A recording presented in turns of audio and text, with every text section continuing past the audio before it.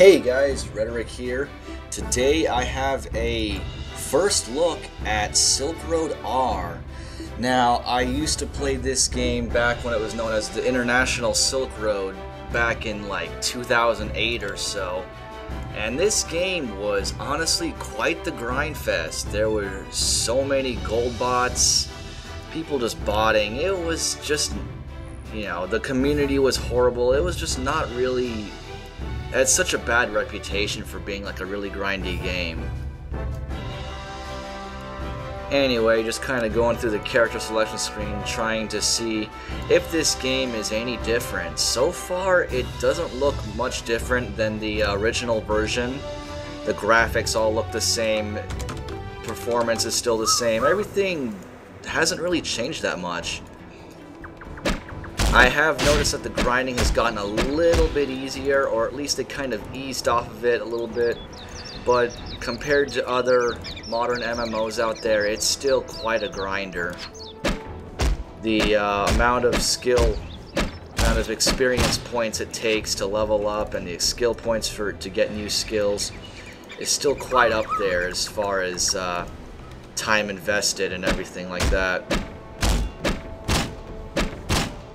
Now, I will say this about the grinding, though. While it is a lot better than ISRO, it's still quite up there, and as soon as I got to around level 12, the experience just started going to a standstill, even though I wasn't carrying much of a skill gap. Another thing I noticed is that they totally revamped the skill system for the Chinese characters. Before, they were capped at 300 skills. You could only level up 300 until endgame, and that severely gimped them from the beginning. Now, basically, as you level up, you get 2 skill slots open.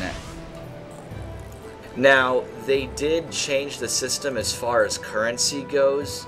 From what I understand, gold, the currency used in the game, does not even drop until you reach level 70. What they put instead there are these monks tokens, whatever these things are, and apparently these are used for getting some pretty good beginner gear. You got Seal of Star gear fairly early on in the game, which in the International Silk Road you did not get, at least back when I was playing before.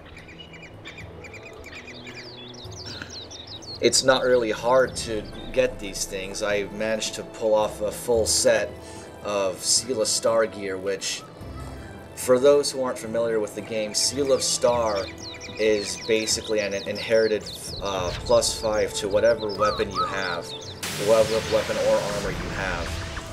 And that is also on top of whatever enchantments you put on it as yourself too. So if you have a Seal of Star, something it's already +5 by itself, you add 1 enchantment to make it +1, you really have a +6 item, if that makes any type of sense. What that does is just makes you a little bit harder to kill and makes you a lot easier to kill mobs.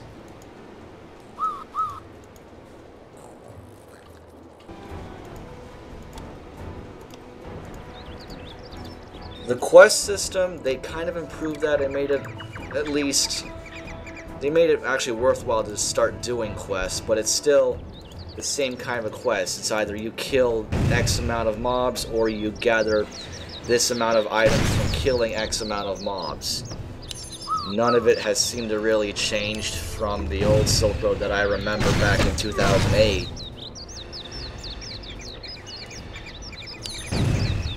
As a whole, I really don't think this game is up to par with any of the newer MMOs that are out there.